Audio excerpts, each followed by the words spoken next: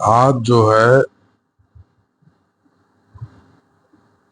होलिका दहन किया जाएगा और पूर्णिमा आज भी है और कुछ जगहों पे पूर्णिमा का मान कल लगी है। तो अपने काशी क्षेत्र में होली जो है वो कल होगी और होलिका दहन आज होगा। आज होलिका दहन 10:37 के पश्चात किया जाएगा, क्योंकि उसके पूर्व जो है भद्रा है और भद्रा समाप्ति के बाद जो है होलिका दहन किया जाएगा। और यह होलिका दहन के तत्पश्चात कल रंग की होली खेली जाएगी। यह होली हमारे सनातन संस्कृति के अत्यंत प्राचीन परंपराओं में से है। होलिका दहन का तात्पर्य जिस प्रकार से प्रहलाद जी भगवान के अनन्य भक्तों में से एक भक्त थे, जिन्होंने भगवान के लिए अपना सर्वस्व समर्पण किया, लेकिन उनके साथ अत्याचार होता रहा।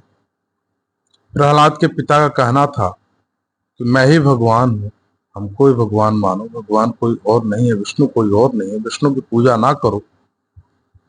तो रामचरितमानस कहती है कि जो अपराध भगत सन करहीं, राम रोष पावक मह जरहीं। अर्थात कोई भी व्यक्ति यदि भगवान के भक्त के साथ कोई अपराध करता है तो वो भगवान श्री राम की क्रोधाग्नि में जल करके नष्ट हो जाता है, अर्थात विष्णु के क्रोधाग्नि में जल के नष्ट होता है। तो ठीक उसी प्रकार से होलिका ने प्रहलाद के साथ अपराध किया, प्रहलाद को मारने की कोशिश की, प्रहलाद को अपने गोद में लेके अग्नि में बैठी, लेकिन उस अपराध का परिणाम यह हुआ कि प्रहलाद जी तो जले नहीं, परंतु होलिका जल के नष्ट हो गई।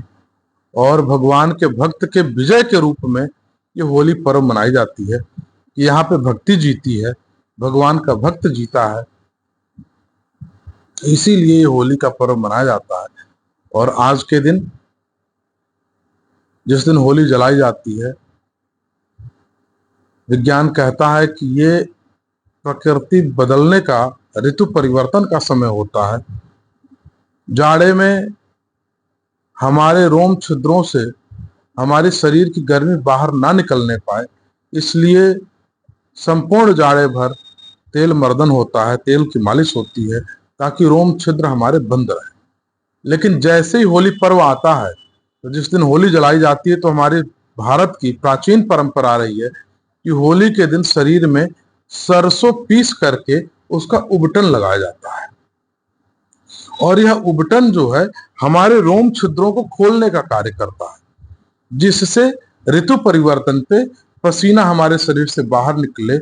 हम ऐसे वातावरण में, ग्रीष्म ऋतु के वातावरण में आते हैं, तो इस ग्रीष्म ऋतु में हमारे रोम छिद्र खुले होने चाहिए। तो उसके लिए सर्वप्रथम तो उबटन का प्रावधान दिया गया कि उबटन लगाओ, उबटन लगा करके जो पहले रोम छिद्रों को खोलो। उसके बाद दूसरे दिन रंग की होली खेलो। तो रंग की होली खेलेंगे तो पूरे शरीर में रंग लगेगा, तो उस रंग को छुड़ाने के लिए फिर रगड़ेंगे हम, रगड़ने के बाद फिर उसको धुलेंगे। तो उतना ही नहीं, फिर शाम को हम अबीर की होली खेलते हैं। तो जब हम अबीर की होली खेलते हैं तो उसको भी धोते हैं। तो वो जो रंग होलिका का हमारे शरीर पे लगता है, तो वो एकदम से नहीं छूटता है, उसको छूटने में 5 से 7 दिन लगते हैं और 5 से 7 दिन तक हम शरीर को रगड़ते रहते हैं, रगड़ रगड़ के रोम छिद्रों को खोल लेते हैं, ताकि ग्रीष्म ऋतु में आकर के हम स्वस्थ रहें, आरोग्य रहें, निरोगी रहें। तो हमारे जो सनातन संस्कृति के जितने पर्व हैं, सब वैज्ञानिकता के आधार पे हैं, सब में कुछ ना कुछ वैज्ञानिकता छुपी हुई है और हमारे जीवन में हर पर्व का एक उपयोगिता है। ठीक उसी क्रम में ये होली का पर्व भी है, जो हमारे जीवन में एक उपयोगिता लाती है, हमारे जीवन को स्वस्थ आरोग्य रखने के लिए होती है, ताकि तमाम प्रकार की बीमारियां जो हैं वो हमारे शरीर को ना छूने पाए, हमारे शरीर से दूर रहें, हम निरोग रहें। हमारे सनातन पर्वों की एक ही मांग है, आरोग्यता। हमारे जितने भी सनातन पर्व हैं हमारे जीवन में महत्वपूर्ण स्थान रखते हैं और हमें आरोग्य रखते हैं, क्योंकि प्रथम सुख निरोगी काया। पहला सुख ही निरोगी काया है। अगर हम स्वस्थ हैं तो सारे सुख हमारे पास हैं। सारे सुख होने के बावजूद भी अगर हम अस्वस्थ हैं तो सारे सुख गौण है, किसी काम के नहीं हो सुख। तो आरोग्यता, तो हमारे सनातन के जितने पर्व हैं आरोग्यता से संबंधित हैं और हमारे जीवन से संबंधित है। हमारे सारे पर्वों का जीवन में एक अमूल्य स्थान है। उसी क्रम में ये होली का पर्व है। इस होली के पर्व पे भी हमारे जीवन मूल्यों का एक रक्षण होता है, हमारे आरोग्यता का रक्षण होता है और हमारी जो सामाजिक परंपरा, सामाजिक समरसता है उसका भी एक रक्षण होता है।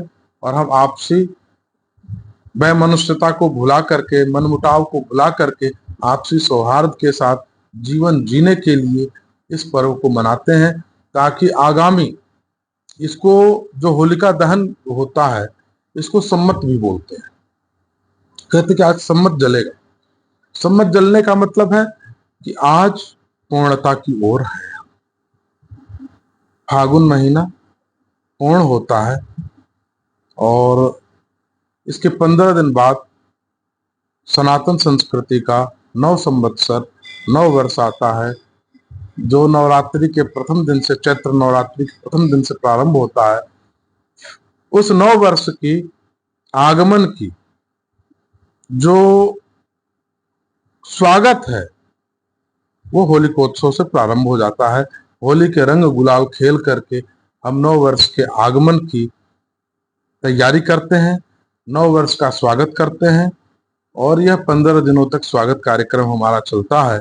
अभी जो है ये होली मनाई जाएगी, होली के बाद रंग पंचमी मनाई जाएगी, अर्थात 5वें दिन हम पुनः रंग पंचमी मनाते हैं। एकादशी के दिन रंगोत्सव मनाते हैं, रंग भरी एकादशी।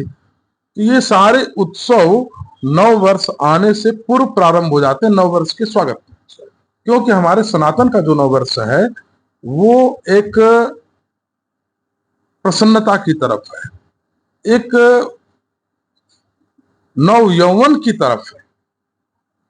ये जब नव वर्ष आता है तो सारे वृक्ष नए नए कोपल लेते हैं, नए नए मंजरियां लेते हैं, नए नए फल देते हैं, पतझड़ हो जाता है। पतझड़ के बाद नया सृजन शुरू होता है, ये नए सृजन की तरफ अग्रसर होता है। तो हमारे सारे भारतीय पर्व जो सनातन के पर्व हैं वो सारे उत्साह के पर्व हैं और उनका हमारे जीवन में बहुत बड़ा महत्व है। इसीलिए ये होली का पर्व जो है विशेष रूप से मनाया जाएगा। और आज होलिका दहन 10:37 के उपरांत किया जाएगा, जिसमें अपने घर से जो उबटन लगाते हैं और छुड़ाते हैं उसको होलिका में जलाने का, यानी हमारे शरीर के जो बैक्टीरिया है वो जाकर के होलिका में नष्ट हो जाए। तो उसमें कपूर, लौंग इत्यादि होलिका में अवश्य डालें, जिससे जो प्रकृति में, जो वातावरण में बैक्टीरिया फैले हुए हैं वो सारे बैक्टीरिया समाप्त हों। होलिका में घृत जरूर डालें, क्योंकि ऑक्सीजन की मात्रा, जब गाय के उपले के ऊपर जला करके घी डालते हैं तो ऑक्सीजन की मात्रा पर्याप्त मात्रा में मिलती है। वो ऑक्सीजन संपूर्ण ब्रह्मांड में फैलता है और संपूर्ण ब्रह्मांड में फैल करके मानव, समस्त मानव जाति के लिए एक वरदान साबित होता है। इसीलिए पुरातन काल में हमारे ऋषि महर्षि ये सब यज्ञ, यजन, हवन इत्यादि किया करते थे, सारे पर्वों पे करते थे हमारे सनातन परंपरा में, और आज भी होता है। तो इसलिए जो नहीं कर पाते हैं उनके लिए हमारी तरफ से विशेष आग्रह है कि होलिका में कपूर, लवंग इत्यादि, घी वगैरह अवश्य डालें, ताकि जो है वातावरण में ऑक्सीजन की मात्रा फैले। ऑक्सीजन की मात्रा फैलेगी तो मानवीय जीवन जो है सामान्य होगा और सबके लिए मंगलमय होगा। इसी के साथ भारतीय परंपरा के सबसे बड़ा पर्व होली पर्व की समस्त जनपदवासियों को अनंत अनंत शुभकामनाएं। आपका जीवन मंगलमय हो। इन्हीं कामनाओं के साथ मैं डॉक्टर योगानंद गिरी, बूढ़ेनाथ मंदिर, मिर्जापुर।